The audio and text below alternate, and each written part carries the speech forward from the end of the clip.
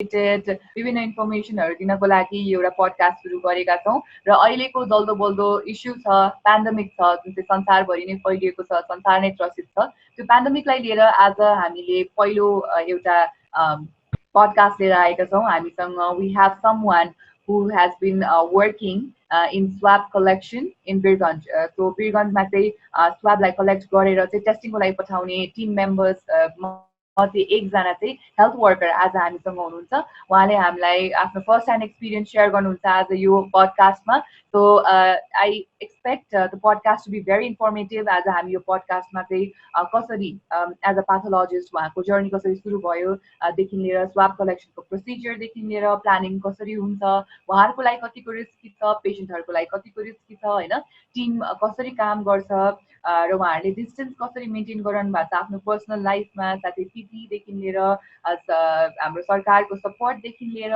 Vaccine र behavioural change र mental हेल्थको बारेमा पनि कुरा इन्क्लुड गर्नेछौँ so let's go ahead and talk to Miraji While the world is suffering from all this pandemic, हाम्रो नेपालमा आज मात्रै आजको डेटमा 51 केसेस कन्फर्म भइसकेको छ दुईटा केस वीरगन्जमा आएको छ र आज हामीसँग नारायणी हस्पिटल वीरगन्ज पर्साबाट चाहिँ कन्सल्टेन्ट प्याथोलोजिस्ट हुनुहुन्छ डाक्टर निरा पाठक जो ओरिजिनली बुटोलबाट हुनुहुन्छ र अहिले चाहिँ उहाँ काम गर्दै हुनुहुन्छ नारायणी हस्पिटल वीरगन्ज पर्सामा एन्ड आज हामी उहाँसँग चाहिँ what is it like to work as a doctor what is it like to be in the team एउटा टिममा बसेर कोरोना संक्रमित व्यक्तिहरूसँग काम को उपचार गर्दा र त्यो टिममा बसेर काम गर्दा चाहिँ कस्तो हुन्छ र कोरोना सम्बन्धी अझै धेरै जानकारीहरू लिनेछौँ so let's welcome Niraji welcome to the show thank you so much नमस्ते सबैजनालाई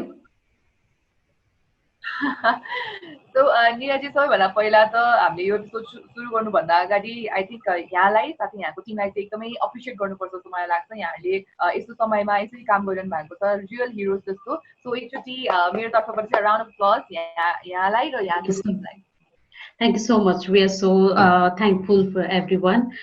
This is pandemic. Actually, pandemic भन्ने बित्तिकै तपाईहरुलाई लिटरली नै थाहा हुन्छ pan भनेको all, demos भनेको population. So as the disease is going pandemic, so the role itself पनि pandemic नै जस्तो छ हामी सबको रोल चाहिँ यसमा एक्ज्याक्टली छ so we are all in this together हजुरहरूको तर्फबाट हजुरहरूले गरिराख्नु भएको छ हाम्रो तर्फबाट हामीले गरिरहेछौँ होइन सो यसमा चाहिँ we are all together so let's fight together we're definitely fighting together तर अब हामी त घरमा बसेर मात्रै काम गरिरहेको छौँ यहाँहरू गइरहनु भएको छ हस्पिटलमै बसिरहनु भएको छ काम गरिरहनु भएको छ सो त्यो बढी ठुलो कुरा हो जस्तो लाग्छ निराजीलाई मेरो पहिलो प्रश्न चाहिँ के छ भन्दा एउटा जिज्ञासा छ मेरो वुहानमा जहिलेदेखि कोभिड-19 भन्ने देखियो उहाँहरूले एउटा निकाल्नुभयो यहाँ उहाँहरूले एउटा न्युज निकाल्नुभयो होइन त्यहाँदेखि नै सायद यहाँहरूको प्लानिङ सुरु भयो होला भयो भएन त्यो सबै कुरामा चाहिँ म जान चाहन्छु त्यसकारण सुरुदेखि मलाई अलिकति यहाँले बिल्डअप दिनुभयो भने चाहिँ हामी यो पडकास्टलाई चाहिँ अगाडि लान सक्छौँ इनिसियली मैले आफ्नो एक्सपिरियन्स पर्सनल एक्सपिरियन्स सेयर गर्नु पर्दाखेरिमा चाहिँ इट वाज 1.5 वर्ष ब्याक जब चाहिँ वुहानमा चाइनामा चाहिँ यो पेन्डेमिक चाहिँ त्यति बेला चाइनामा मात्रै यसले चाहिँ इफेक्ट गरिरहेको थियो कोरोना कोभिड-19 भनेर चाहिँ चाइनामा जब इफेक्ट गरिरहेको थियो त्यति बेला चाहिँ हामीसँग एउटा खालि डिस्कसन मात्रै हामी कहाँ थियो कि कतै यो हामी कहाँ पनि आउने त होइन यो कतै सार्स मर्स जस्तो पेन्डेमिक भएर आउने त होइन भनेर चाहिँ एउटा डर थियो त्यति बेला वी वर जस्ट लाइक एउटा मनको डरमा मात्रै हामी चलिरहेको थियो मिनवाइल एनपिएचएल हाम्रो ल्याबोरेटरी टेकुले चाहिँ एउटा अभिमुखीकरण तालिम एक दिने अभिमुखीकरण तालिमको लागि कोही एकजना पार्टिसिपेन्टलाई यो हस्पिटलबाट पठाइदिनुहोस् भन्ने निवेदन आयो र त्यति बेला म सम्झन चाहन्छु ल्याबोरेटरी स्टाफ्सहरूबाट चाहिँ एउटा एक्सपेक्टेसन के थियो भन्दाखेरि मेरो आफ्नो ल्याबोरेटरी स्टाफ्सहरू चाहिँ त्यसमा पार्टिसिपेट गर्नुभयो भने भोलि उहाँहरूले चाहिँ आएर हामीलाई यो काममा चाहिँ हेल्प गर्नुहुन्छ भन्ने आशाका साथ मैले उहाँहरूलाई एप्रोच गरेँ बट अनफर्चुनेटली त्यति बेला चाहिँ एउटा फियर फ्याक्टर थियो कि के थियो उहाँहरूले चाहिँ त्यसमा पार्टिसिपेसनको लागि अलिकति डिसइन्ट्रेस्टेड हुनुभयो so it was me who had to take a step ahead so I took the participation म आफै नै काठमाडौँ टेकुमा गएँ त्यसको वान डे ट्रेनिङ थियो हामीलाई बेसिकली त्यो चाहिँ हाम्रो कोभिड-19 को एउटा थ्योरेटिकल एक्सप्लेनेसन अनि PPE डेमोन्स्ट्रेसन पर्सनल प्रोटेक्टिभ इक्विपमेन्ट्सको donning, doffing, hand hygiene, hand washing र सेल्फ प्रिकसन मेजर्सहरूको चाहिँ त्यो थियो। सँगै चाहिँ त्यसको अर्को सेकेन्ड पार्ट भनेको चाहिँ हाम्रो स्याम्पल कलेक्सन कसरी गर्ने, laboratory part, laboratory processing, sample collection, transportation and स्टोरेजको पार्टको चाहिँ त्यो ट्रेनिङ थियो। ट्रेनिङ सकिसक्दासम्म पनि आई वाज नट लाइक हामी अब आफै नै डेफिनेटली यसमा म पर्सनल्ली चाहिँ यसरी इन्भल्भ हुन्छु भनेर चाहिँ त्यो दिनको चाहिँ म सोचेको थिइनँ।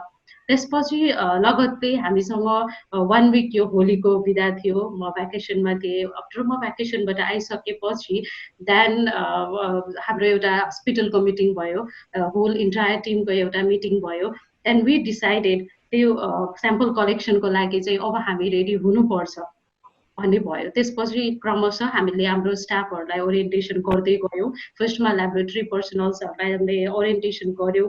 त्यसपछि हामी त्यसको एक हप्ता विदिन एक हप्तामा चाहिँ हामीलाई एउटा ट्राभल हिस्ट्री, इन्डियाबाट ट्राभल हिस्ट्री भएको एउटा यङ स्टुडेन्ट, इन्जिनियरिङको स्टुडेन्ट हामी कहाँ आउनुभयो। फिजिसियनले हामीलाई रेकमेन्ड गर्नुभयो स्याम्पल कलेक्सनको लागि। So that was the first case I handled, and I took the sample, we sent it, and then the journey began. Then since then till date हामी sample कलेक्सनमा actively participate गरिरहेको छौँ। त्यसपछि बिस्तारै बिस्तारै हाम्रो lab स्टाफ्सहरूले पनि मलाई राम्ररी नै सपोर्ट गर्नुभएको छ। हस्पिटल एडमिनिस्ट्रेसनले पनि त्यही अनुसारले सपोर्ट गर्नुभएको छ। So beginning from nowhere to everywhere भइरहेको छ अहिले चाहिँ हाम्रो काम। हजुर, ओके साम्स रियली मैले चाहिँ एकदम इमेजिन गरिरहेको थिएँ। ओके 1.5 महिना अगाडिदेखिको कुरा यहाँले कस्तो मजाले स्टोरीको रूपमा भनिदिनु भयो होइन। सो यहाँको टिमले बेसिकली यहाँले त अब स्वाब टेस्ट गर्नुहुन्छ, if I am not wrong. Actually हाम्रो टिमले चाहिँ we are not testing, we are just collecting the samples. We are collecting the samples.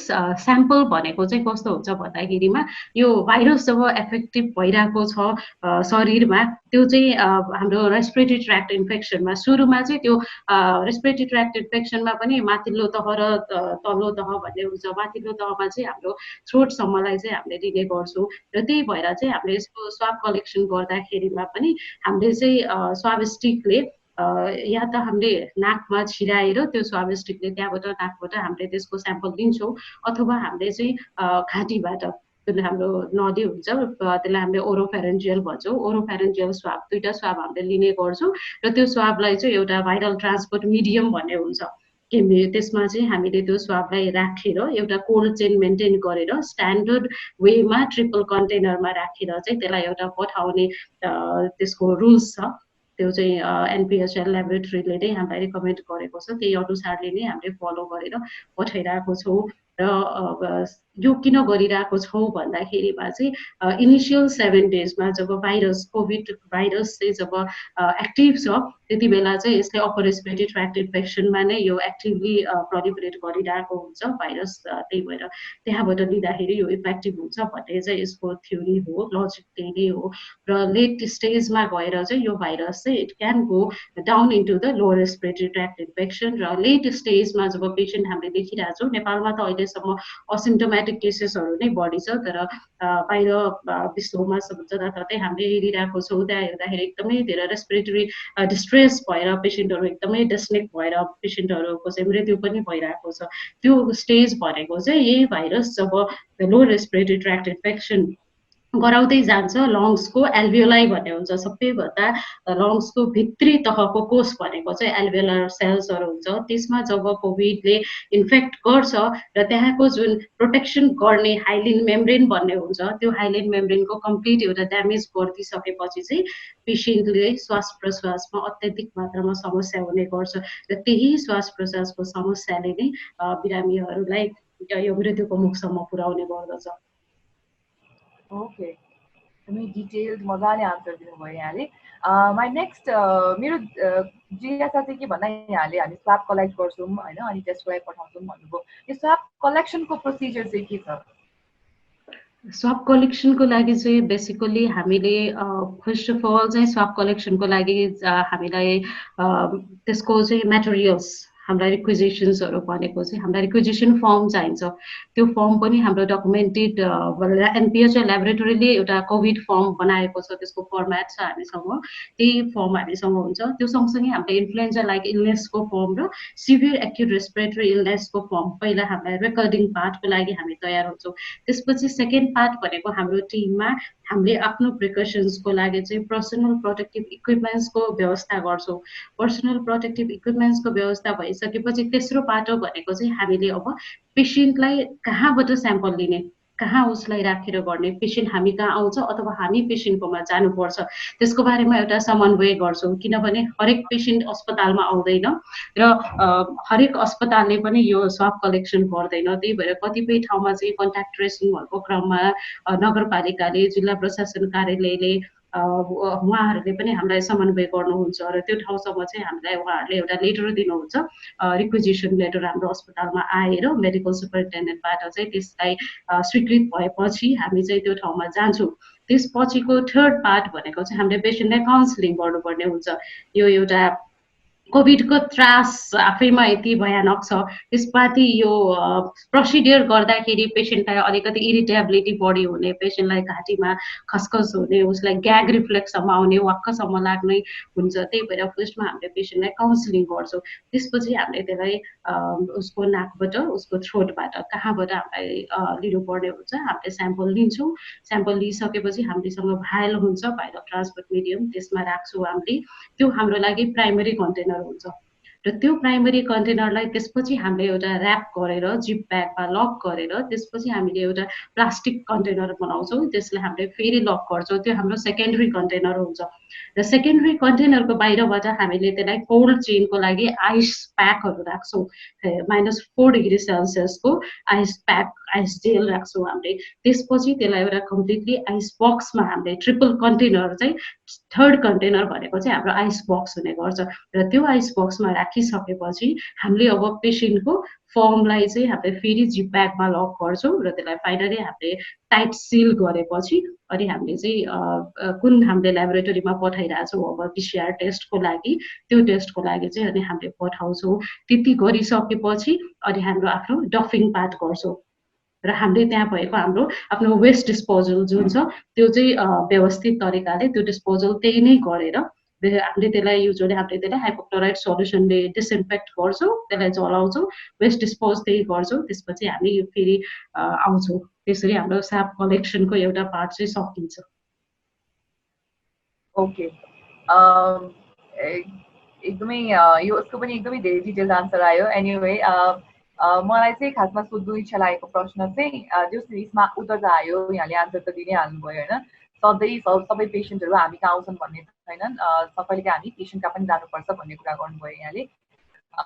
र यहाँले आफ्नो प्लानिङको बारेमा पनि भन्नुभयो, त्यस कारण मेरो अर्को क्वेसन पनि त्यसमै गयो जस्तो लाग्यो। अब तपाईँ यहाँहरूले यत्रो धेरै त्यसलाई नजिकबाट युज गर्नुहुन्छ, नजिकबाट भनौँ न, यहाँको एन्काउन्टर त नजिकबाट हुन्छ नि त होइन। त यसको लागि चाहिँ यो चाहिँ कतिको रिस्की छ यहाँको लागि, यहाँको र यहाँको?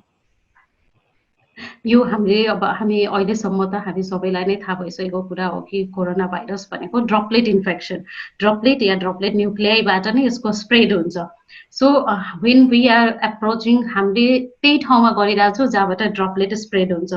हामीले स्वाब कलेक्ट गर्न साइट भनेकै हाम्रो नेजल अथवा नाजोफेरेन्जियल अथवा थ्रोट स्वाब हुन्छ। So it's quite risky. So त्यसको लागि चाहिँ हामीले प्रिभेन्टिभ मेजर्स भनेको चाहिँ हामीले पर्सनल प्रोटेक्टिभ इक्विपमेन्ट सही तरिकाले लगाउँछौँ र लगाएको पर्सनल प्रोटेक्टिभ इक्विपमेन्ट्समा हामीसँग कम्प्लिट फुल पिपी सेट हुन्छ। त्यसमा हामीले त्यो पर्सनल प्रोटेक्टिभ इक्विपमेन्ट्स लिएर लगाएर त्यसको स्वाब कलेक्ट गरेर फेरि डफिङ पनि हामीले त्यसरी नै गर्छौँ, प्रिकसियस तरिकाले गर्छौँ। सो वेन वी आर प्रिकसियस आवरसेल्भ्स, त्यसमा चाहिँ हाम्रो रिस्क चाहिँ मिनिमाइज भइरहेको हुन्छ। तर without proper PP swab collection गर्नु चाहिँ धेरै नै रिस्की हो। ओके, यहाँले अब पिपीको कुरा राखिहाल्नुभयो होइन। मलाई चाहिँ यो पिपी, प्रपर पिपी भनेको चाहिँ कस्तो होला र? किनभने मैले अहिलेसम्म धेरै आर्टिकल्सहरू पढेको छु होइन।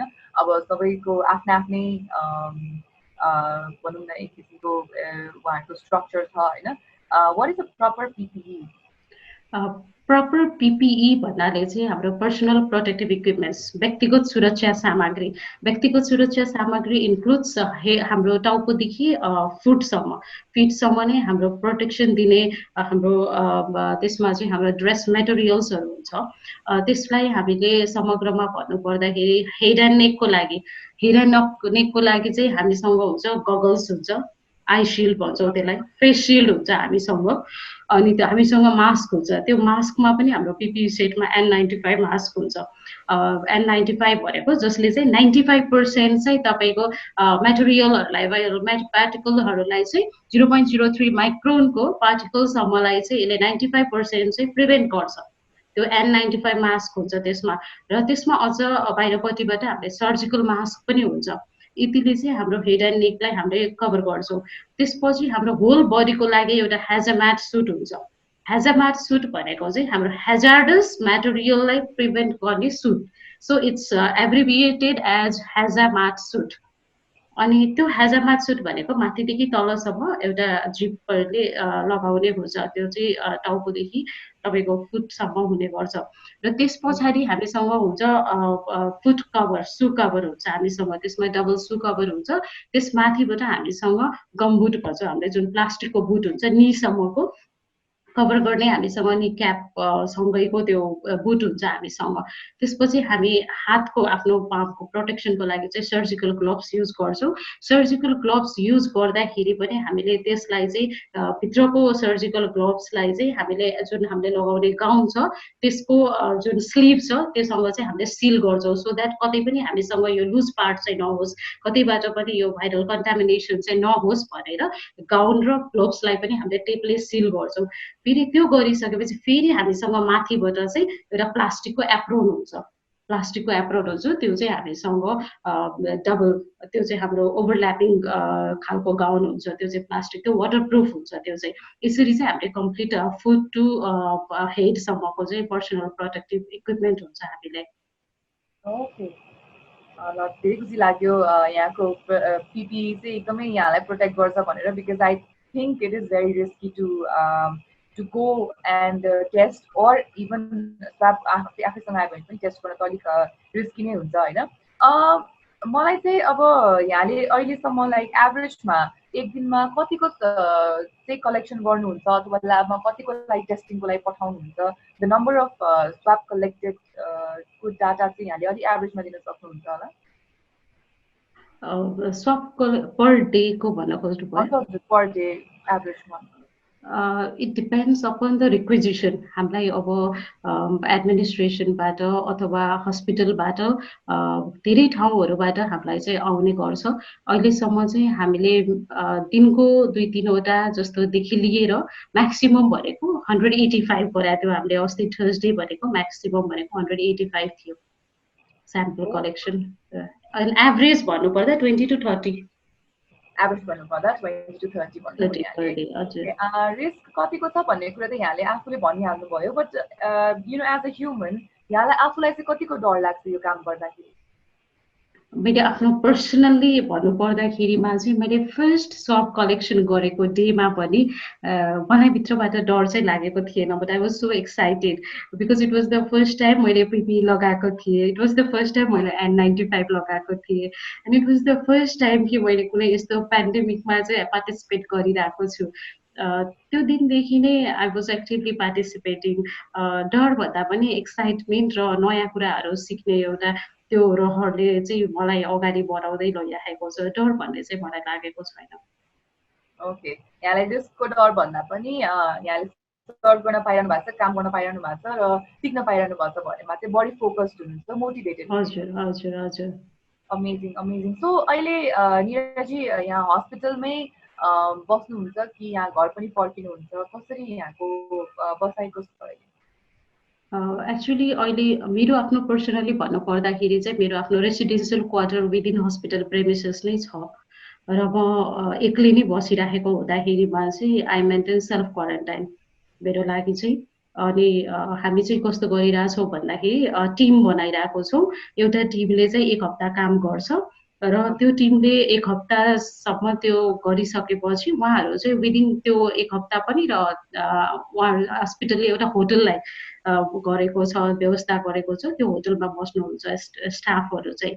अनि दे आर क्वारेन्टाइन्ड त्यही नै होटलमा। र 1 हप्ता सकिसकेपछि अर्को 2 विक्सको लागि चाहिँ उहाँहरू ड्युटीबाट चाहिँ अफ पाउनुहुन्छ र उहाँहरू आफ्नै सेल्फ क्वारेन्टाइन घरमा बस्नुहुन्छ त्यस पछाडि चाहिँ। आफ्नो फ्यामिलीहरूबाट टाढा रहेर जहाँ बस्नुहुन्छ सेल्फ क्वारेन्टाइन स्ट्रिक्टली मेन्टेन गर्नुहुन्छ स्टाफहरूले चाहिँ। मेरो आफ्नो पर्सनल चाहिँ म आफै नै जुन टाइममा म गएको छु स्वाब कलेक्सन गरेको छु, त्यसपछि आइसकेपछि त्यसको पिसिआर रिपोर्ट अवेटेड हुँदासम्म चाहिँ म फेरि अर्को स्वाब कलेक्सनमा अर्को टिमलाई पठाउने गर्छु। ओके, भनेपछि यहाँले एकदमै केयरफुली त्यो कुरालाई म्यानेज गर्नु भएको छ। हजुर हजुर। भनेपछि अरू हेल्थ प्रोफेसनल्सहरू जस्तै डक्टर, नर्स, उहाँहरूको पनि एउटा टिम सेट गरिएको छ र उहाँहरू त्यही अनुसार जानुहुन्छ अनि त्यही अनुसार चाहिँ त्यही रुटिन एउटा छ भनौँ न। हजुर। उहाँहरूको सेफ्टीको लागि, उहाँहरूको फ्यामिलीको सेफ्टीको लागि पनि त्यो म्यानेज गरिएको छ। बट उहाँ 1 हप्ता यहाँ बसेर अनि फेरि घर गएर 2 हप्ता आफ्नै घरमा गएर बस्दाखेरि त्यो फ्यामिली मेम्बर्सलाई रिस्की भएन त? यस्तो गर्नु भएको छ। अब त्यसमा पनि यो जो इट डिपेन्ड्स अपन इन्डिभिजुअल। अब कसको फ्यामिलीमा कस्तो खालको मेम्बर्सहरू हुनुहुन्छ। अब कसैको फ्यामिलीमा हुनुहुन्छ उहाँहरू कोमर्बिड पेरेन्ट्सहरू हुनुहुन्छ, कसैको फ्यामिलीमा एकदमै टडलर्सहरू बच्चाहरू होला, सानो बच्चाहरू छ।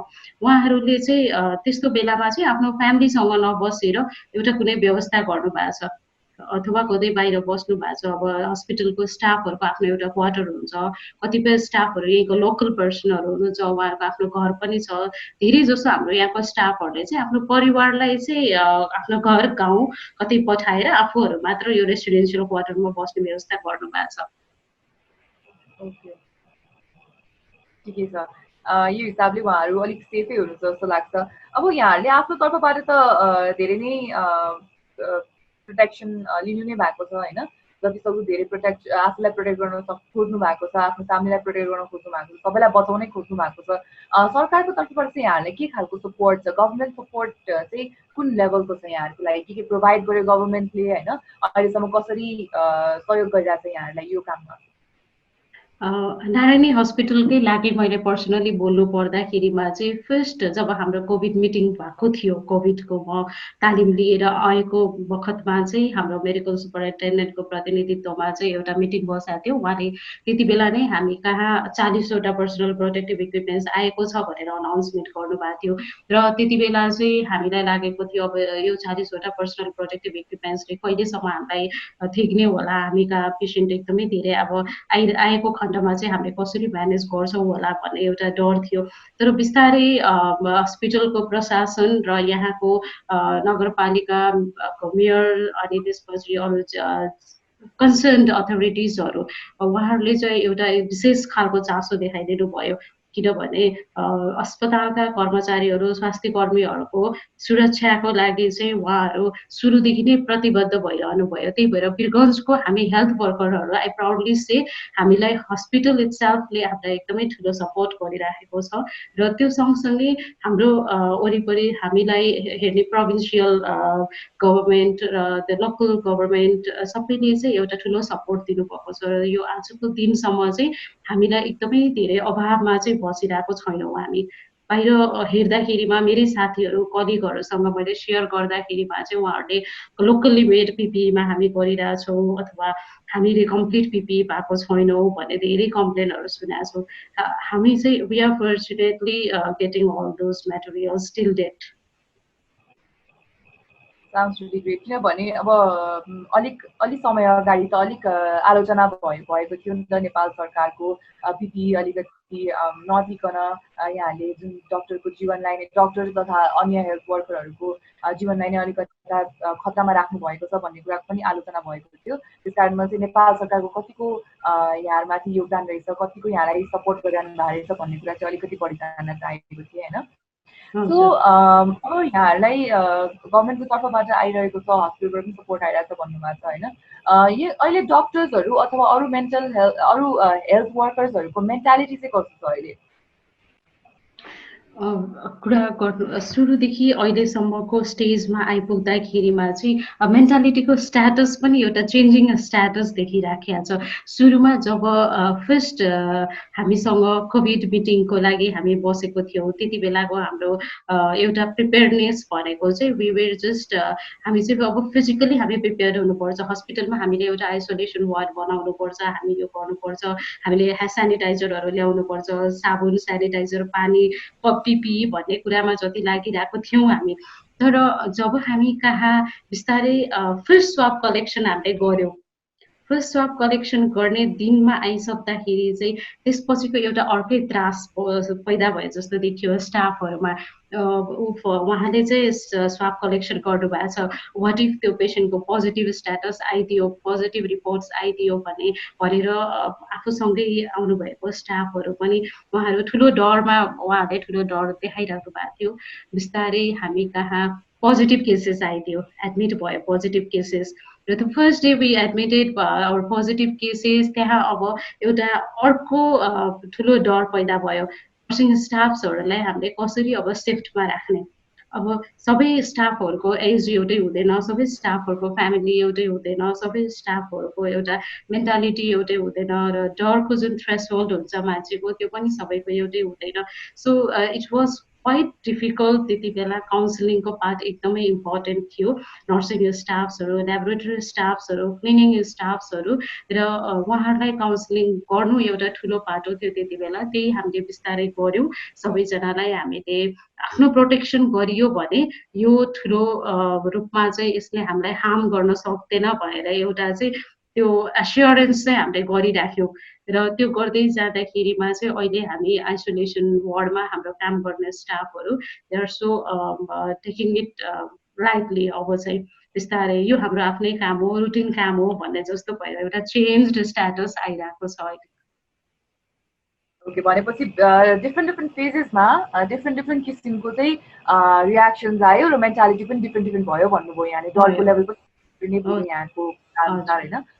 जब यहाँले भन्नुभयो नि जस्तै जब फर्स्ट जब यहाँले स्वाब ल्याउनु भयो अनि वाट इफ यो पोजिटिभ भयो भने के गर्ने भन्ने कुरा जुन कुरा राख्नुभयो नि, यो क्रममा कुनै हेल्थ वर्कर हुनुहुन्थ्यो जसले चाहिँ म चाहिँ यो गर्न चाहन्न होइन, जिन्दगीमा अब यो जीवनमा चाहिँ मलाई अलिकता डर छ, बाँच्नु छ, काम ज्यान भए चाहिँ काम गरौँला भन्ने किसिमको एउटा हुनसक्छ, मान्छेमा डर हुनसक्छ। म जज पनि गर्दिनँ त्यो कुरामा, पर्सनली चाहिँ जज गर्दिनँ होइन। सो त्यस्तो केही भयो कि कसैले छोड्न चाहनुभयो कि कामलाई?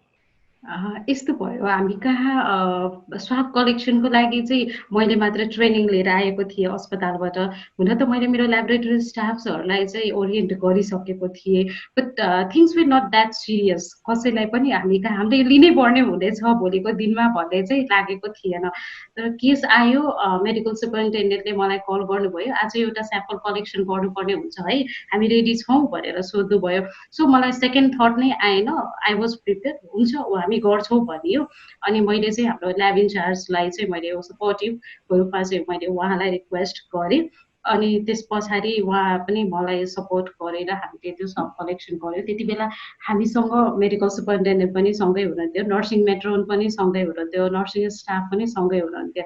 र उहाँहरू सबैजना भइसकेपछि हामीले चाहिँ सब कलेक्सनमा गयौँ। फर्स्ट सब कलेक्सनको experience.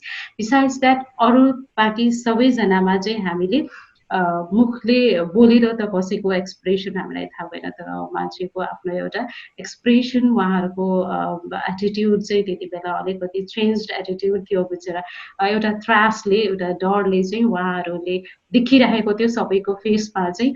There was a question mark सबैजनामा, what if the case comes out to be positive, what if Narayani Hospital will be bringing a positive COVID tomorrow भन्ने चाहिँ एउटा डर थियो फर्स्टमा चाहिँ। त्यो डर लाग्ने क्रममा कसैले जब छोड्ने अथवा ब्याक आउट गर्ने चाहिँ गर्नु भएन? त्यस्तो चाहिँ गर्नु भएन। Okay, that's really brave of them. हजुर, म कहिलेकै सोच्छु अब डक्टर भने नि मान्छे नै हो होइन, नर्सेस भने पनि मान्छे नै हो, अथवा वरिपरि बस्ने हरेक मेडिकल हेल्थ वर्कर भनेको त मान्छे नै हो। एक किसिमले विदेशमा लाखौँ मान्छे मरिरहेको छ भनेर थाहा पाइसकेपछि होइन अलिकति डर लागेर म काम गर्दिनँ भन्ने सोच्नुहुन्छ कि भन्ने चाहिँ मलाई लागिरहेको थियो। त्यसमाथि झन् अब सरकारको तर्फबाट त्यो समयमा सायदै केही साथ थियो होइन त्यति पनि खासै थियो जस्तो मलाई लाग्दैन, यहाँलाई सपोर्ट आएको थियो जस्तो लाग्दैन। त्यसकारण त्यो समयमा चाहिँ मेरो विचारमा चाहिँ म डक्टर भएको भए अथवा म नर्स भएको भए, म अरू कुनै हेल्थ वर्कर भएको भए चाहिँ म के गर्थेँ होला त, म बस्थेँ कि म लड्छु, सबैको लागि म लड्छु भन्ने सोच्थेँ कि म आफ्नो ज्यानको बारेमा सोच्थेँ भन्ने कुरा एकचोटि चाहिँ मेरो मनमा पनि आएको थियो। तर यहाँहरू मध्ये कसैले पनि त्यो ब्याकआउट गर्नु भएन, त्यो चाहिँ एकदमै हुन्छ नि एकदमै अप्रिसिएबल कुरा हो जस्तो मलाई लाग्छ। सो अब लेट्स गो अलिकता चाहिँ अब हाम्रो पेसेन्टहरूको तर्फ लाग्छौँ है, डक्टरहरूबाट यहाँले हेरे अनुसार चाहिँ पेसेन्टहरूको बिहेभियर यो हुन्छ नि यो कोरोनाले गर्दाखेरि भनौँ न कतिको उहाँहरूको बिहेभियरलाई चाहिँ कसरी एनालाइज गर्नुहुन्छ, उहाँहरूमा कुन किसिमको उहाँहरूको मेन्टालिटी चाहिँ कस्तो हुन्छ? कोरोनाको आफैमा एउटा सन्तास चारैतिर छ, जानेर नजानेर चाहेर नचाहेर त्यसको सन्तासमा सबैजना डुबिसकेकै छ। स्वाब कलेक्सन गर्ने बेलाको पेसेन्ट नभनौँ, स्वाब कलेक्सन गर्ने बेलामा जब हुनुहुन्छ उहाँहरू, त्यति बेला पनि एउटा डर उहाँहरूमा हुन्छ, म यो टेस्ट गरिराखेको छु, एभ्री वान थिङ्स कि कतै मेरो यो पोजिटिभ त आउँदैन भन्ने डर चाहिँ सबैले त्यो एक्सप्रेस गर्नुहुन्छ। अनि त्यसपछि जब पेसेन्टहरू पोजिटिभ केसेसहरू नै आउनुभयो हाम्रोमा फर्स्ट डे जब हामी कहाँ 3 पोजिटिभ केसेस देवर इन्डियन्स हामी कहाँ आउनुभयो, उहाँहरूलाई चाहिँ एउटा ठुलो डर थियो। उहाँहरूलाई आफ्नो ठाउँमा डर थियो, हामी मेडिकल वर्कर्सहरूलाई अर्को एउटा खालको डर थियो कि हामीले अब यो पेसेन्टहरूलाई चाहिँ हामीले कुन तरिकाले चाहिँ उहाँहरूलाई काउन्सिलिङ गरेर एउटा बिहेभियरल एसिस्टेन्स दिँदै हामीले चाहिँ मेडिकल एसिस्टेन्स कसरी प्रोभाइड गर्ने भन्ने कुरातिर चाहिँ हामी फर्स्ट आवरदेखि लागि पर्यो। पेसेन्टहरू आइसकेपछि हामी कहाँ कोभिड पोजिटिभ पेसेन्ट, तर फर्स्ट 3-4 आवर्स चाहिँ उहाँहरू एकदमै आतङ्कित हुनुहुन्थ्यो। उहाँहरूलाई एउटा मनमा एउटा डर थियो कि कतै हामीलाई लगेर जेलमा राखे जस्तो उनीहरूले अब राख्नेछन्, 14 दिनमा हामी कसरी बिताउने, अथवा भनौँ न कति समयको लागि चाहिँ हामी बस्ने हो, हामीलाई केही पनि थाहा छैन, अब हामीले एकदम नर्कको जस्तो हाम्रो यो दिनहरू बित्ने भए भनेर चाहिँ उहाँले बारम्बार भनिरहनुहुन्थ्यो। तर बिस्तारै उहाँहरूलाई चाहिँ हामीले एउटा टिम वर्क गऱ्यौँ, त्यो सबैलाई एउटा काउन्सिलिङ पार्ट गऱ्यौँ, बारम्बार काउन्सिलिङ, दिनमा 2 पटक चाहिँ उहाँहरूसँग जाने, त्यसपछि माइक्रोफोनबाट चाहिँ उहाँहरूसँग बोल्ने, उहाँहरूलाई चाहिँ बारम्बार के छ कसो छ सोध्ने, अनि रेडियो एफएमहरूको लागि चाहिँ त्यहाँ व्यवस्था गरिदियौँ। खानाको लागि चाहिँ यो 4 टाइम उहाँहरूको लागि टाइमली चाहिँ त्यो खानाको व्यवस्था भयो, पानीको व्यवस्था, शौचालयको व्यवस्था सबै भइराख्दाखेरिमा चाहिँ बिस्तारै उहाँहरू पनि अब घुलमिल हुन थाल्नुभयो। एन्ड आज म प्राउडली भन्न सक्छु कि आज हामीले 4 जना पेसेन्टहरूलाई आज अघि भर्खर मात्र हामी डिस्चार्ज गरेका छौँ र दे वर सो ग्रेटफुल। उहाँहरूले चाहिँ हाम्रो 14 दिनको बसाइ एकदमै राम्रो भयो, हामी अब तपाईँहरूको सुस्वास्थ्यको लागि हामी कामना गर्छौँ, हामी गएर पनि हामी आफ्नो क्वारेन्टाइन हामीले मेन्टेन गर्छौँ, फ्यामिली पब्लिकमा पनि हामीले सिकेको कुराहरू बताउँछौँ भनेर भन्नुभयो। सो हामी एकदमै धन्यवाद उहाँहरूलाई आज बिदा पनि गऱ्यौँ। That's a very wonderful news. किनकि यहाँले सुन्दाखेरि म आफू इमोसनल भयो क्या, बिकज एकदम उहाँहरू आतङ्कित हुनुहुन्थ्यो भन्नुभयो, अनि त्यहाँबाट आउँदा आउँदै गइसकेपछि 4 जना पेसेन्टलाई चाहिँ आज हामीले के भन्छ गुड बाई भन्यौँ भनेर भन्नुभयो, अनि सच कस्तो इमोसनल फिल भयो मलाई। यहाँहरूलाई पनि एकदमै प्राउड पनि फिल हुन्छ होला, अलिक इमोसनल पनि फिल हुन्छ होला। यो भनिरहने क्रममा मैले आई थिङ्क एउटा प्रश्न के नसुटाउनुपर्छ जस्तो लाग्छ भन्दाखेरि डक्टर्स, मेडिकल हेल्थ वर्कर्स र साथै पेसेन्टहरू दुवैजनालाई चाहिँ हामीले के अहिलेको समयमा चाहिँ कुनै मेन्टल हेल्थ वर्कर प्रोभाइड गर्नुपर्ने हो, कोही साइकोलोजिस्ट, कोही काउन्सिलर हुन्छ नि, साइको सोसियल काउन्सिलर, थेरापिस्टहरू प्रोभाइड गर्नुपर्ने समय छ कि छैन? अवश्य नै छ। यो यस्तो बेला हो जहाँ हामी कताबाट आइरहेको छौँ, हामी कता गइरहेको छौँ भन्ने कुरा नै कसैलाई एउटा केही गाइडेन्स नै नभएको कुरा हो। कोभिड-19 को आफैमा एउटा ट्रिटमेन्ट छैन, यसको खालि डायग्नोसिस मात्रै छ। डायग्नोसिस हुन्छ तर ट्रिटमेन्ट डेफिनेट चाहिँ छैन। त्यो नभइराख्दाखेरिमा चाहिँ हामीसँग फेरि आउने पेसेन्टहरूको विश्वको हरेक ठाउँहरूमा हेर्दाखेरिमा चाहिँ पेसेन्टहरूको एउटा सिम्टम्स, पेसेन्टले देखाइरहेको लक्षणहरू पनि फरक ठाउँमा फरक तरिकाले देखिरहेको छ। जस्तो अमेरिकाको बिरामीहरू हेर्दाखेरिमा चाहिँ एकदमै धेरै श्वास प्रश्वासको समस्या भएर गाह्रो भएर कति मृत्यु दर एकदमै पिकमा गइरहेको देखिरहेछौँ। वुहानमा हेर्दाखेरिमा चाहिँ त्यो पिक अमेरिकाको कम्पेरिजनमा चाहिँ कम देखिरहेको थियो त्यो। र जर्मनीतिर हेर्नुहुन्छ भने पेसेन्टहरूलाई चाहिँ पेटको सम्बन्धीको समस्याहरू, ग्यास्ट्रोइन्टेस्टाइनल प्रब्लम्सहरू पनि उनीहरूले चाहिँ लक्षणहरू देखाइरहेको छ। अहिले हामीले हामीसँग 51वटा पेसेन्ट आज पोजिटिभ भइसक्दासम्म नेपालमा हामीले हेर्दा चाहिँ एसिम्टोमेटिक नै हुनुहुन्छ हाम्रो, बिना कुनै लक्षणका बिरामीहरू हुनुहुन्छ नेपालमा अहिलेसम्म। सो एउटा लक्षणै नभएको बिरामी भइराख्दाखेरिमा त्यो केही पनि नहुँदा पनि एउटा ठुलो डर हुने रहेछ र सबै कुरा लक्षण भइराख्दाखेरि पनि त्यो पनि अर्को ठुलो डर हुने रहेछ। र लक्षण नभएको बिरामीसँग चाहिँ अब के गर्ने त, उनीहरूलाई कतिसम्म हामीले सहयोग गर्ने, कतिसम्म सहायता गर्ने, उनीहरूलाई कतिसम्म काउन्सिलिङ गर्ने भन्ने नै मेन हेल्थ वर्करहरूमा चाहिँ त्यो कन्फ्युजन जस्तो हुन्छ। त्यही कन्फ्युजनले गर्दाखेरिमा चाहिँ हामी एउटा सिक्दै जाने क्रममा चाहिँ कतै मैले केही भिराएको त छैन, कतै मेरो सानो त्रुटिले मैले ठुलो एउटा समस्या त निम्ताउँदै छैन, जहिले पनि त्यही डर हुँदो रहेछ। अथवा मलाई यो डिजिज आउँछ भन्दा पनि प्रिकसन पर्सनल प्रोटेक्सनको यति धेरै इस्युहरू भइसक्यो कि एभ्री वान इज त्यो सबैजना चाहिँ त्यसैमा केन्द्रित छौँ हामी। म कतै मैले प्रिकसन त लिएको छैन, मैले नलिएको प्रिकसनले मेरो परिवारलाई, मेरो समाजलाई, मेरो देशमा सबैजनालाई मैले कतै यो फैलाउन त मैले गरिराखेको छैन भन्ने त्रास नै अहिलेको मेन त्रास हो। र अर्को कुरा भनेको हेल्थ वर्करहरू चाहिँ काम गरिराख्नु भएको छ, एउटा प्रिकसन लिइरहनु भएको छ, एउटा गाइडलाइन फलो गरिरहनु भएको छ, तर परिवारको मान्छेहरूले चाहिँ त्यो कुरालाई त्यसरी बुझिदिनु सक्नु भएको छैन। चाहेर नचाहेर पनि उहाँहरूले त्यसलाई त्यसरी लिन नसक्दाखेरि घरमा फर्केर जाँदाखेरि एउटा परिवारको मान्छेहरूको डर, त्रास, उहाँहरूको चिन्ताले गर्दाखेरि पनि हेल्थ वर्करहरूलाई अर्को समस्या मानसिक रूपमा चाहिँ पैदा गरिरहेको छ घरबाट टाढा भएर बस्दाखेरि। त्यही भएर यो समयमा एउटा psychological counselling, mental health assurance चाहिँ एकदमै ठुलो महत्त्वपूर्ण आवश्यकता हो भन्छु म चाहिँ। मलाई पनि यहाँको कुराहरू सुन्दा त्यस्तै नै लागेर पनि मैले यो प्रश्न राखेकी थिएँ होइन। सो यहाँले अलिअलि पेसेन्टहरू राख्ने कुरा गर्नुभयो। अब स्वाब कलेक्सन गरिसकेपछि, टेस्ट गरिसकेपछि नेगेटिभ आयो भने त that's a very nice news, तर पोजिटिभ आयो भने त यहाँहरूले त पेसेन्टहरूलाई राख्नुहुन्छ होला हस्पिटलमा होइन। सो कसरी कुन किसिमको माहौल छ, अब यहाँले कस्तो किसिमको साथ दिनुहुन्छ साइकोलोजिकल्ली र कुन हिसाबले ट्रिटमेन्ट गर्नुहुन्छ भन्ने कुरा यहाँले अघि नै राखिसक्नुभयो होइन, अघिल्लो प्रश्नमा नै राखिसक्नुभयो। त्यसकारण त्यसलाई त्यतातिर जानुभन्दा पनि यहाँहरूको कसरी राख्नु भएको छ, रुम कस्तो छ होइन, कतिको टाढा छ यहाँहरूसँग कतिको नजिक छ, कतिको टाढा छ, मलाई त्यो एउटा इन्भाइरोमेन्ट हुन्छ नि, फिजिकल इन्भाइरोमेन्टको चाहिँ अलिकता बढी इन्फर्मेसन दिनुहोस् न प्लिज।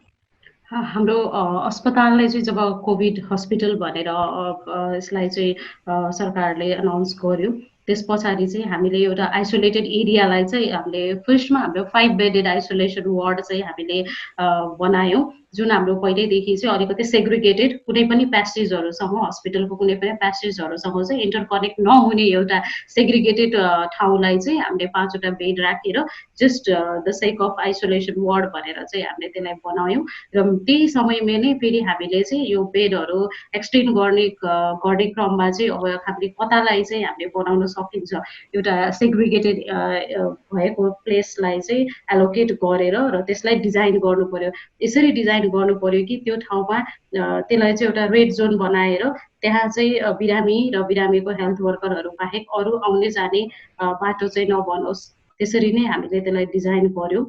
एउटा सम्पूर्ण अस्पताल प्रशासनको टिम, हेल्थ वर्करको टिम सबैले नै एउटा आइडियाजहरू सेयर गरेर मिटिङहरू हामीले गरेर धेरै यसमा चाहिँ हामीले सरसल्लाह गरेर एउटा कन्क्लुजन निकाल्यौँ।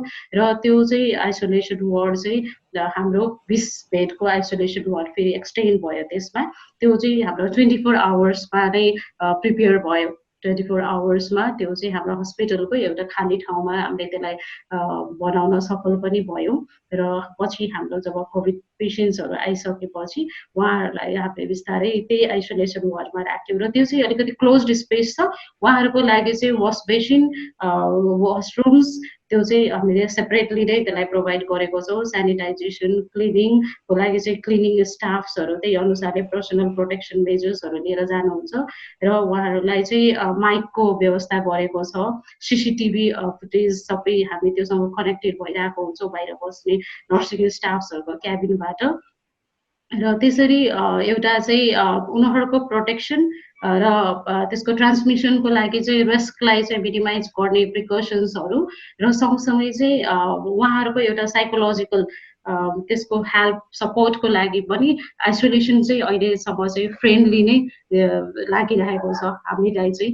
अब हाम्रो पेसेन्टहरूले पनि त्यस्तै नै भन्नुभयो हामीले उहाँहरूसँग सोद्धा पनि त्यसमा केही समस्या छ भन्दाखेरि उहाँहरूले त्यसमा सन्तोषजनक प्रतिक्रिया नै दिइरहनु भएको थियो हामीलाई Sounds really good. भनेपछि एक हिसाबले एउटा नम्बरबाट स्टार्ट गर्नुभयो त्यसपछि बढ्दै बढ्दै गयो नम्बर यहाँको प्लानिङमा पनि नम्बर्सहरू बढ्यो भनौँ न र त्यो सायद सही नै छ होला अहिले at this point of time अब वीरगन्जमा कतिवटा कोरोनाको पेसेन्ट हुनुहुन्छ होला टिल डेट अब हामीसँग चाहिँ अब 6th हामीसँग चाहिँ सुरुमा 3 positive cases we admitted 3 positive cases tested हामीसँग चाहिँ वीरगन्जकै स्याम्पल कलेक्सन गरेर यहीँको स्वाबमा चाहिँ पोजिटिभ आएको PCR cases 3 cases 1 from Rautahat 4th case 5th from Sarlahi र अब हामीसँग हिजोको डेटमा चाहिँ 2टा पोजिटिभ केसेस छ लोकल फ्रम वीरगन्ज त्यही भएर हामीसँग अब 7 केसेस हामीसँग भयो अब कोभिड भनेपछि यहाँले 7वटा पेसेन्ट अहिलेसम्म पोजिटिभ पाउनु भएको छ र आजको दिनमा मात्रै यहाँहरूले 4 जनालाई चाहिँ ठिक पारेर निको पारेर घर बिदा गर्नुभएको कुरा गर्नुभयो सो अहिलेको समयमा अहिले हामीले यो पडकास्ट गरिरहेको समयमा चाहिँ यहाँसँग 3 जना पेसेन्ट हुनुहुन्छ अहिले हामीसँग भएको 3 जना पेसेन्टहरू चाहिँ असिम्टोमेटिक नै हुनुहुन्छ उहाँहरू चाहिँ त्यो एकजना चाहिँ हाम्रो यङ पेसेन्ट ऊ चाहिँ 15 इयर्सको हुनुहुन्छ उहाँ चाहिँ उहाँ पनि असिम्टोमेटिक विदाउट कुनै लक्षण हुनुहुन्छ खालि उहाँलाई एउटा आइसोलेसन मात्रै मेन्टेन गरेर राखिरहेको छु र अहिले आउने 2टा पोजिटिभ केसेस हाम्रो नयाँ 2टा पोजिटिभ केसेसहरू चाहिँ 50 इयर्स को पुरुषहरू हुनुहुन्छ उहाँहरू पनि कुनै त्यस्तो लक्षण चाहिँ देखाउनु भएको छैन हिजोदेखि अब अस्पतालमा भर्ना भएदेखि होपफुल्ली अब उहाँहरूमा पनि त्यस्तो कुनै लक्षण नआएर नै हामी उहाँहरूलाई पनि सकुशलले डिस्चार्ज गर्न सकौँला भन्ने आशा गरेका छौँ छैन भने चाहिँ यहाँहरूले कुन हिसाबमा चाहिँ यहाँहरूले स्वाब टेस्ट गर्नुहुन्छ अथवा यहाँहरूलाई स्वाब टेस्ट गर्न बोलाइन्छ स्वाब कलेक्ट गर्न बोलाइन्छ त्यसको आफ्नै एउटा क्राइटेरिया छ पेसेन्ट चाहिँ कुनै पनि कोरोना सस्पेक्टेड भनेर कोरोनाको लागि चाहिँ एउटा सस्पेक्टेड केस प्रोबेबल केस र कन्फर्मड केस भनेर डब्लुएचओले नै डिफाइन गरेको छ र कुनै पनि suspected case acute respiratory illness भएको पेसेन्ट होस् उसको कुनै ट्राभल हिस्ट्री होस् गएको 14 दिनमा चाहिँ ऊ कुनै विदेशबाट आएको अथवा कुनै कोरोना सङ्क्रमित व्यक्तिहरूसँग चाहिँ कन्ट्याक्टमा भएको जुनसुकै व्यक्तिलाई पनि हामीले चाहिँ यो टेस्टको लागि चाहिँ रिकमेन्डेसन गर्ने गाइडलाइन छ र त्यही गाइडलाइन नै फलो गरेर हामीलाई क्लिनिसियनहरूले पनि रिक्वेजिसन पठाउनुहुन्छ र त्यही अनुसारले हामी स्याम्पल कलेक्ट गर्छौँ र कतिपय ठाउँमा क्वारेन्टाइनहरूमा राखिएका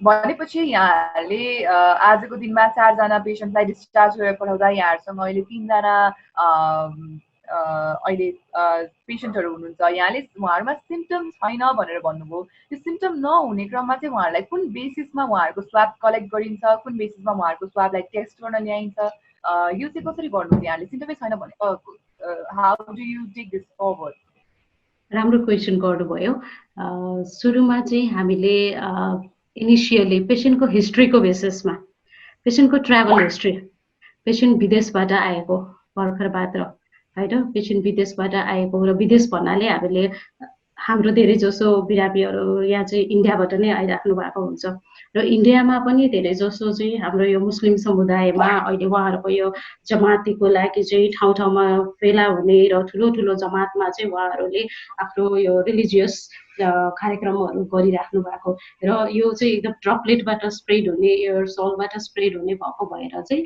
त्यसरी कन्ट्याक्टमा बसेको जो कोही हुनुहुन्छ त्यो सबैलाई चाहिँ हामीले स्वाब कलेक्ट गर्यौँ ऱ्यान्डमली र त्यसबाट चाहिँ पोजिटिभ आएको केसलाई चाहिँ अब कोभिड कन्फर्म्ड केसेस भनेर आइसोलेसनमा राख्यो त्यो ट्रान्समिसनलाई कम गर्नको लागि बेसिकल्ली भनेको पेसेन्टलाई सिम्टम होस् नहोस् तर पेसेन्टलाई आइसोलेट गरिसकेपछि रिस्क अफ ट्रान्समिसन चाहिँ अटोमेटिकल्ली हामीले उतापट्टि समाजमा चाहिँ घटाउँछौँ भन्ने हिसाबले चाहिँ हामीले राख्यौँ अब राखिसकेपछि हामीले चाहिँ इच 48 to 72 आवर्समा फेरि हामीले स्वाब कलेक्ट गर्छौँ हरेक 48 घन्टापछि हामीले स्वाब पठाउने गर्छौँ र 3वटा त्यसपछि रेस्पेक्टिभ त्यसमा चाहिँ 3टा नेगेटिभ आइसकेपछि अनि बल्ल पेसेन्ट चाहिँ डिस्चार्ज हुनुहुन्छ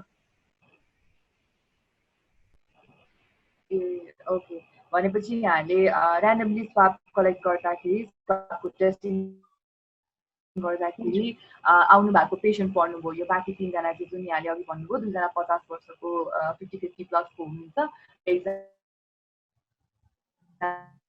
15 वर्षको टिनेजर हुनुहुन्छ उहाँहरूको चाहिँ ऱ्यान्डमली कलेक्ट विदाउट सिम्टम्स हजुर हजुर विदाउट सिम्टम्स भनेपछि अब वीरगन्जमै हामीसँग आज डिस्चार्ज नगर्नु भएको भए जम्मा जम्मी 7वटा केस हुने भन्ने कुरा हुन्थ्यो नि त अब डिस्चार्ज चाहिँ यहाँले बेलुकातिर गर्नुभयो तसर्थ अहिलेको समयसम्म चाहिँ वीरगन्जमा कुन किसिमको हुन्छ यहाँको बाहिर इन्टरेक्सन अलिक कमै होला तैपनि यहाँले चाहिँ हामीभन्दा बढी थाहा पाउनु भएको होला वीरगन्जमा चाहिँ अरू हाम्रो व्यक्तिहरूमा चाहिँ कुन किसिमको डर कुन किसिमको त्रास छ डर छ छैन त्रास छ छैन उहाँहरूले यो लकडाउनलाई राम्रोसँग फलो गरिरहनु भएको छ छैन मानिरहनु भएको छ छैन केही डिटेल होला यहाँसँग बाहिरको वीरगन्जको लोकल पिपुलहरूको कुरा गर्नु पर्दाखेरिमा चाहिँ सुरुको दिनहरूमा चाहिँ लकडाउन मान्ने लकडाउनलाई चाहिँ कम्प्लिट रूपमा पालना गर्नु चाहिँ देखिएको थिएन सिरियसली चाहिँ उहाँहरूले त्यसलाई पालना गर्नु भएको थिएन त्यसपछि बिस्तारै यसको लागि चाहिँ प्रशासनदेखि लिएर अस्पताल प्रशासन त्यसपछि गभर्मेन्ट पब्लिक यहाँको प्रोभिन्सियल गभर्मेन्ट सबैतिरबाट चाहिँ एउटा कडा दबाब आउन थाल्यो र यो एकदमै बोर्डरबाट पनि ओपन बोर्डरको जुन डर छ हामी कहाँ इन्डियाबाट रक्सौल एकदमै धेरै नजिक भएको हुँदाखेरिमा चाहिँ त्यहाँबाट पनि हामीलाई यो रिस्क अफ ट्रान्समिसन चाहिँ सङ्क्रमणको यो चान्सेस एकदमै बढ्ने भएको हुँदाखेरिमा चाहिँ हामीले सबैतिरबाट चाहिँ यसको दबाब आउँदै गऱ्यो र त्यही अनुसारले चाहिँ करले होस् अथवा डरले होस् एउटा लकडाउनलाई चाहिँ पालना गर्दै गइराख्नु भएको छ र त्यसमा चाहिँ सुरक्षाकर्मीहरूले चाहिँ एउटा ठुलो भूमिका निभाइरहनु भएको छ त्यसको लागि चाहिँ र बिस्तारै बिस्तारै त्यसलाई मेन्टेन पनि गरिदिइराख्नु भएको छ ओके द्याट्स वन्डरफुल अब फलो त गर्नु नै पर्छ किनभने यहाँले ओपन बोर्डरको पनि डर होइन त्यसमाथि त्यहीँनिर धेरै पेसेन्टहरू पनि हुनुहुन्छ आजै मात्र पनि 2जना आउनुभयो होइन अब यो पडकास्ट निस्कुन्जेलसम्म फेरि कतिजना थपिनुहुन्छ होला आशा गरौँ थपिनु हुँदैन होला होइन तर पनि अब केही भन्न सकिँदैन किनभने बढ्दो नै छ सो अब चाहिँ अलिकता प्रेजेन्ट र फ्युचर भनौँ न प्रेजेन्ट र फ्युचर इन टर्म्स अफ भ्याक्सिनको कुरा गर्न चाहन्छु म हिजो मात्रै मैले न्युजमा पढेँ अब युकेमा चाहिँ भ्याक्सिन टेस्ट हुँदैछ हिजो 2 दिन अगाडि भनौँ न युकेमा चाहिँ भ्याक्सिन टेस्ट हुँदैछ भन्ने कुरा भयो अब संसारभरिको ठुलो विज्ञ साइन्टिस्टहरू डक्टर्सहरू लागिरहनु भएको छ होइन टेस्ट गरिरहनु भएको छ यसको चाहिँ भ्याक्सिन निकाल्नुपर्छ भन्ने कुरामा सबैजना लागि परिरहनु भएको छ होइन यो कुरामा तर म अब होपफुल हुने कि नहुने यसमा कुन किसिमको आफ्नो ओपिनियन राख्ने भन्ने कुरामै म अलिकता कन्फ्युज छु यहाँको चाहिँ के छ विचार अब भ्याक्सिन कुन किसिमले के हाम्रो जुन विज्ञहरू हुनुहुन्छ साइन्टिस्टहरू हुनुहुन्छ उहाँहरूले के राम्रोसँग भने एउटा ऱ्यापिड टेस्ट नै भइरहेको छ कि अहिले पनि कन्फ्युजन छ उहाँहरूमा के भइरहेछ जस्तो लाग्छ कोभिड-19 अहिलेको परिपाटीमा हेर्दाखेरि वर्तमान अवस्थामा हेर्दाखेरिमा चाहिँ टेस्टिङ स्क्रिनिङ ट्रेसिङको पार्ट चाहिँ स्ट्रङली नै भइरहेछ त्यो चाहे नेपालमा होस् अथवा नेपाल बाहिर होस्, सरकारले आफ्नो तर्फबाट गर्न सक्ने गरेकै छ। र त्यसमा चाहिँ स्क्रिनिङको लागि चाहिँ ऱ्यापिड टेस्ट किटहरूबाट धेरै नै स्क्रिनिङहरू गरिराखेको छ र कन्फर्मेटरी टेस्टहरूको रूपमा चाहिँ पिसिआर टेस्टहरूले गरि नै रहेको छ। यसरी हेर्दाखेरि हामीले पपुलेसन हाम्रो वरिपरिको हामीले जुन आफूले कभर गर्नुपर्ने एरिया छ सबैतिरबाट त्यसरी हामीले कभर गर्दै गयो, स्क्रिनिङ गर्दै गयो, टेस्टिङ टेस्टिङ एन्ड टेस्टिङ भनेर जुन इम्फेसाइज गरिरहेको छ चारैतिरबाट, त्यही कुरालाई नै हामीले मनन गरेर अझै यसलाई टेस्टिङको दायराहरूलाई बढाउँदै गयो, ल्याबोरेटरीहरूलाई चाहिँ अझै हामीले बढाउँदै गयो, मोबाइल कम्युनिकेसन गर्दै गयो। त्यो भयो भने चाहिँ आई थिङ्क यसले चाहिँ हामीलाई छिटोभन्दा छिटो चाहिँ यो केसेसहरू चाहिँ हामीलाई डायग्नोज हुनलाई चाहिँ यसले एकदमै ठुलो महत्त्व पूर्ण तरिकाले हेल्प गर्छ। र त्यो भइसकेपछि बिस्तारै जुन ट्रिटमेन्टको प्रोटोकलहरू पनि डे बाई डे चाहिँ चारैतिरबाट चाहिँ यो ट्रायल फेजहरूमा छ र होपफुल्ली चाहिँ यो भोलि गएर टार्गेटेड थेरापीमा पनि यो विज्ञान चाहिँ चिकित्सा विज्ञानले एउटा सक्सेस पाउनेछ भन्ने हामी आशा मात्रै गर्न सक्छौँ अहिलेलाई चाहिँ। भोलिको कुरा नसोचेर वर्तमानमा हामी हेर्नु पर्दाखेरिमा चाहिँ एउटा यसको टार्गेटेड थेरापी पनि भोलि कोभिड-19को लागि हुनेछ, कुनै भ्याक्सिनहरू हुनेछ, यसलाई प्रिभेन्टेबल मेजर्सहरू हुनेछ भन्ने चाहिँ हाम्रो एउटा फ्युचरको लागि एउटा आशा मात्रै हो। ओके, सो मैले एउटा एकदमै इन्ट्रेस्टिङ टर्म सुनेको थिएँ, हर्ड इम्युनिटी भन्ने। यहाँलाई त पक्कै थाहा होला। यसको बारेमा पनि अलिकति हाम्रो लिसनर्सहरूलाई, पडकास्टको लिसनर्सहरूलाई जानकारी दिनुहुन्छ कि यहाँले? हर्ड भनेपछि एउटा ग्रुपलाई जनाउँछ, यसले एउटा समूहलाई जनाउँछ र इम्युनिटी भनेको चाहिँ मानिसको कुनै पनि रोगसँग लड्न सक्ने एउटा प्रतिरक्षा प्रणाली, शरीरले चाहिँ एउटा डेभलप गर्ने प्रणालीलाई चाहिँ हामीले इम्युनिटी भन्ने गर्छौँ अङ्ग्रेजीमा। र हर्ड इम्युनिटी भनेपछि समाजमा कुनै पनि एउटा कुनै सङ्क्रमणहरू, जस्तै अब एपिडेमिक होस्, इन्डेमिक होस्, पेन्डेमिक होस्, होइन, कुनै पनि सङ्क्रमणहरू चाहिँ भइरहेको खण्डमा चाहिँ त्यसको एगेन्स्टमा त्योबाट कुनै इन्फेक्सनहरू पाएर सङ्क्रमण भएर अथवा सङ्क्रमित व्यक्तिहरूसँग चाहिँ कन्ट्याक्ट भएर शरीरको कोशिकाहरूले चाहिँ त्यसको प्रतिरक्षाको लागि चाहिँ जुन डेभलप गर्छ, एन्टिबडीहरू भन्छौँ हामीले, त्यस एन्टिबडीहरू जब डेभलप गर्न थाल्छ त्यससँग चाहिँ हामी इम्युन हुन थाल्छौँ। शरीरले आफै एउटा रक्षा गर्न थाल्छ आफ्नो शरीरलाई चाहिँ ती सङ्क्रमणहरूबाट। त्यो जब समाजका हरेक समुदायका मानिसहरूले चाहिँ त्यो गेन गर्न थाल्छन् र त्यसबाट चाहिँ अब त्यो सङ्क्रमणको चाहिँ एउटा जुन सङ्क्रमणले गर्दाखेरि मानिसहरूमा देखिने लक्षणहरू त्यसपछि आफै मिनिमाइज हुँदै जाने, त्यसको साइन्स एन्ड सिम्पटम्सहरू अब मिनिमाइज हुन जाने जब हुन्छ त्यसलाई चाहिँ हामी हर्ड इम्युनिटी गेन गरेको भन्छौँ। Very well. सो अब खासमा चाहिँ अब आजको पडकास्ट गर्नुको मुख्य उद्देश्य भनेको चाहिँ जतिसक्दो हाम्रो नेपाली लिसनर्सहरूलाई कोरोनाको बारेमा र अहिले डक्टर्सहरू कसरी काम गरिरहनु भएको छ त्यसको बारेमा जानकारी दिनु हो, होइन। हुन त संसारैभरिको कुरा निकाल्न सकिन्छ, कोरोनाको कुरा सायदै सकिएला है, तर पनि अब यो कुरालाई चाहिँ अब अलिअलि टुङ्गाउनेतर्फ म चाहिँ लाग्न चाहन्छु, होइन। तर एउटा प्रश्न चाहिँ के सोध्नु मन थियो मलाई भन्दाखेरि यो कोरोना यो कोभिड-19 भएपछि चाहिँ यहाँलाई कस्तो लाग्छ आफ्नो हेल्थलाई, आफ्नो फिटनेसलाई, आफ्नो स्वास्थ्यलाई चाहिँ संसारैभरि त नभनौँ, होइन, नेपाली जनताहरूले चाहिँ कुन रूपमा हेर्नुहुन्छ होला, कुन किसिमको बिहेभियरल चेन्जेसहरू देख्नुहुन्छ होला यहाँले, कुन किसिमको पर्सेप्सनल चेन्जहरू देख्नुहुन्छ होला यहाँले एउटा हेल्थ वर्करको हिसाबले हेर्दाखेरि? हामीले चाहेर होस् या नचाहेर होस्, होइन, अब एउटा प्रिकसियस मेजर्सहरूको बारेमा चाहिँ हामीले धेरै नै ट्रेनिङहरू भनौँ न पाइरहेको छौँ अहिले चाहिँ। हुन त हामी हेल्थ वर्कर्सहरूको लागि चाहिँ ह्यान्ड हाइजिन, ह्यान्ड वासिङ भनेको चाहिँ कुनै पनि नौलो कुरा होइन। हरेक स्वास्थ्य कर्मीले यो कुराहरू सिकेकै हुन्छ र स्वास्थ्य कर्मीहरूले हरेक आफ्नो परिवारबाट त आउनु भएकै हुन्छ, एउटा समाजबाटै आउनु भएको हो स्वास्थ्य कर्मीहरू। उहाँहरूले कुनै न कुनै तरिकाले परिवारमा त्यो शिक्षा त दिनु नै भएको हुने थियो। तर एउटा यस्तो मोड आइदियो कि ती कुराहरूलाई चाहिँ सिरियसली नै पालना गर्नुपर्ने मोड आइदियो अहिले आएर चाहिँ। ह्यान्ड वासिङ, सेनिटाइजर, र यो हट यो गार्गल्स, अनि vitamin C intake, good food, good rest भन्ने कुराहरू चाहिँ मानिसहरूमा चाहिँ एकदम यो स्ट्रिक्टली पालना जुन गरिरहनु भएको छ। हामीलाई आशा छ कि यो बानी चाहिँ कन्टिन्यू हुँदै जानेछ। भोलिको भविष्यमा चाहिँ यी कुराहरूलाई चाहिँ लिएर जाँदाखेरिमा चाहिँ हाम्रो कम्युनिटीमा अरू बेला पनि जुन आउने फिकोरल ट्रान्समिसनले गर्दा हुने रोगहरू छ अथवा कुनै कन्ट्याक्टहरूले गर्दाखेरि हुने रोगहरू छ, ती पनि बिस्तारै मिनिमाइज हुनेछन् भन्ने चाहिँ एउटा ठुलो आशा चाहिँ देखिन्छ। आशाको एउटा ज्योति चाहिँ हामी अगाडि देखिरहेको हामी पाउँछौँ। I totally agree.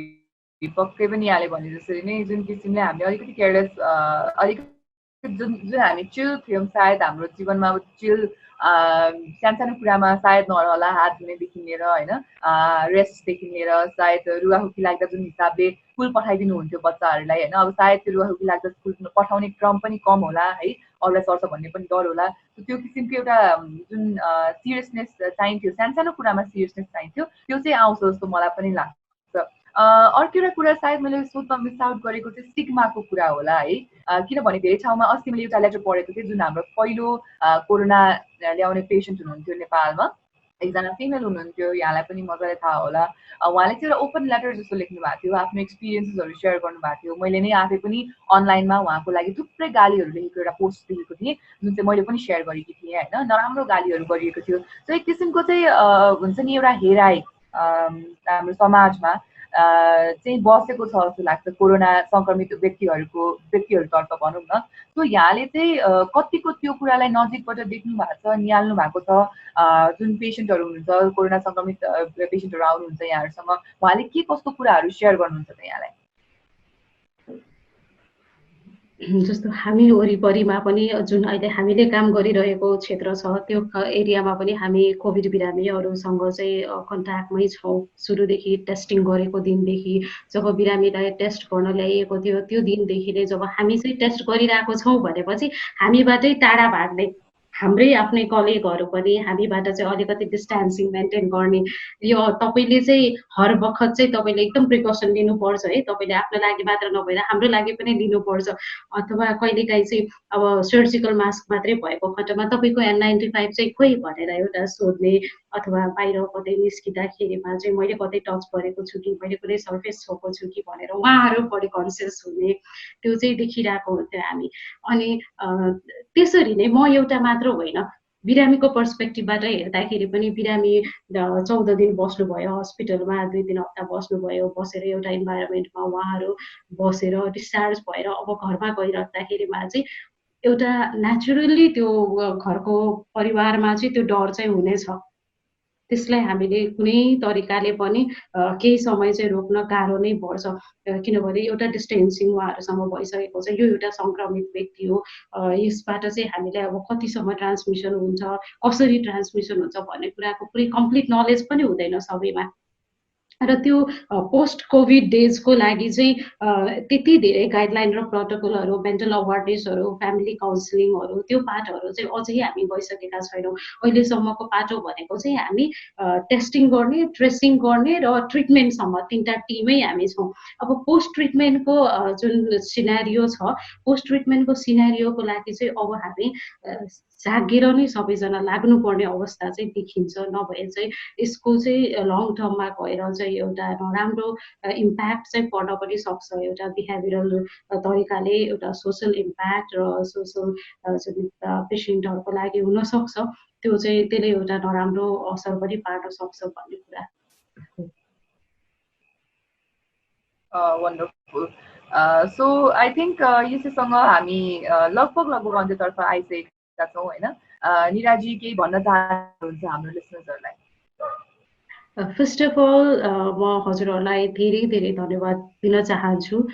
समय सान्दर्भिक रूपमा चाहिँ तपाईँहरूले यो जल्दो बल्दो विषयहरूलाई लिएर चाहिँ एउटा इन्फर्मेटिभ प्रोग्राम चाहिँ सञ्चालन गर्नुभएको छ र हामी अहिले प्रेजेन्टली एक्टिभली पार्टिसिपेट गरेकै हेल्थ वर्करहरूलाई चाहिँ यसरी आफ्नो पर्सनल आइडियाजहरू सेयर गर्ने मौका दिनुभएको छ र मलाई लाग्छ मैले जुन कुराहरू सेयर गरेँ, मैले जे कुराहरू भोगेँ, ती कुराहरू कतिपय हेल्थ वर्करहरूसँग पनि मिल्दो होला। अनि उहाँहरूलाई पनि त्यो कुराबाट चाहिँ केही इन्फर्मेसनहरू चाहिँ पुग्यो होला भन्ने आशा गर्दछु र भोलिका आउँदा दिनहरूमा पनि त्यही अनुसारले हाम्रो एउटा कम्युनिकेसन इन्फर्मेसन पनि यसरी नै बढ्दै जाओस् भनेर एउटा शुभकामना पनि दिन चाहन्छु। र अन्तमा सम्पूर्ण कोभिड सङ्क्रमित बिरामीहरू जसले अहिले उपचार पाइरहनु भएको छ उहाँहरूलाई पनि एउटा के पर्सनल मेसेज दिन चाहन्छु भने यो एउटा सामान्य इन्फेक्सन मात्रै हो। तपाईँहरूलाई कोभिड पोजिटिभ हुँदैमा तपाईँहरू त्यसरी समाजबाटै बहिष्कृत हुनुपर्ने कुनै पनि त्यस्तो हुँदैन। उहाँहरूको परिवारले यो कुरालाई राम्रोसँग बुझ्नुपर्छ। नर्मल्ली जसरी अरू बिमारी हामीले बिरामी भएको आफ्नो परिवारलाई अवहेलना गर्नु त सक्दैनौँ नि त। हिजो पनि सक्दैनौँ, आज पनि सक्दैनौँ र भोलि पनि सक्नु हुँदैन। र हाम्रो आफ्नो परिवारलाई, आफ्नो साथी सङ्गीलाई त्यही अनुसारले हामीले ट्रिट गर्नुपर्छ। हेल्थको हिसाबले हामी कन्सियस हुने हो, तर बिहेभियरको रूपमा चाहिँ हामी आत्मीयता चाहिँ हामीमा हुनुपर्छ। सोसल डिस्टेन्सिङ आफ्नो ठाउँमा छ, तर मेन्टल्ली चाहिँ हामीहरू चाहिँ एकजुट हुनुपर्छ। एकअर्काको लागि हामी सहयोगी हात भएर लाग्नुपर्छ। कोही सङ्क्रमित छ, कसैको परिवारमा कोही सङ्क्रमित भएर उहाँहरू चाहिँ त्रसित हुनुहुन्छ भने हामी उहाँसँग बसेर उहाँहरूसँग अँगालो मारेर रुन त सक्दैनौँ, तर उहाँहरूलाई एउटा काउन्सिलिङ दिन सक्छौँ। उहाँहरूलाई एउटा समाजबाट बाहेक चाहिँ हामी बनाउनु हुँदैन भनेर चाहिँ एउटा यो मेसेज चाहिँ म पर्सनली दिन चाहन्छु। एकदमै राम्रो मेसेज दिनुभयो यहाँले है। निराजीले भने जसरी नै जसरी हाम्रो परिवारको व्यक्ति हामी हुँदाखेरि हामीले कहिले पनि छोड्दैन थियौँ होइन, हिजो पनि छोड्दैन थियौँ र आज पनि छोड्नु हुँदैन। रोग चाहे जेसुकै होस् साथ हामीले दिनुपर्छ। र आजको दिनमा यदि यहाँको वरिपरि कोही छिमेकी हुनुहुन्छ, यहाँकै नेपाली दाजुभाइ दिदीबहिनी हुनुहुन्छ उहाँहरू पनि होइन, त्यसरी नै उहाँलाई पनि अहिले उहाँलाई झन् लागिसकेपछि झन् धेरै डर हुन्छ होइन। त्यसकारण यहाँको साथ चाहिँ सबैभन्दा बढी आवश्यक छ। सो निराजी यहाँ र यहाँको टिमलाई फेरि एकपटक धन्यवाद भन्न चाहन्छु। निकै नै राम्रो काम गरिरहनु भएको छ र आगामी दिनमा चाहिँ कोरोना सङ्क्रमित पेसेन्टहरू अलिक कम हुनुहुन्छ भन्नेमा आशा गर्छु। हुँदै हुनुहुन्न भन्ने आशा अलिक बढी छ, तर भइहाल्यो भने पनि यहाँ र यहाँको टिम चाहिँ सेफ हुनुहुन्छ सबैभन्दा पहिला सुरु है। र त्यसपछि चाहिँ यहाँले अरूलाई पनि सहयोग गर्नुहुन्छ भन्ने चाहिँ हाम्रो एउटा प्रेयर्स पनि छ, हाम्रो आशा पनि छ। र थ्याङ्क यू सो मच आज हामीसँग यो पोडकास्टमा बोलिदिनु भयो। आइएम स्योर हाम्रो लिसनर्सहरूलाई एकदमै धेरै इन्फर्मेसन पाउनुहुन्छ उहाँहरूले। सायद भविष्यमा अझै केही प्रश्नहरू रह्यो भने निराजीलाई पक्कै पनि हामी सम्पर्क राख्नेछौँ। Thank you so much Niraji. धन्यवाद सबैजनालाई। Take care, thank stay you, safe. Bye bye. Bye. Stay safe.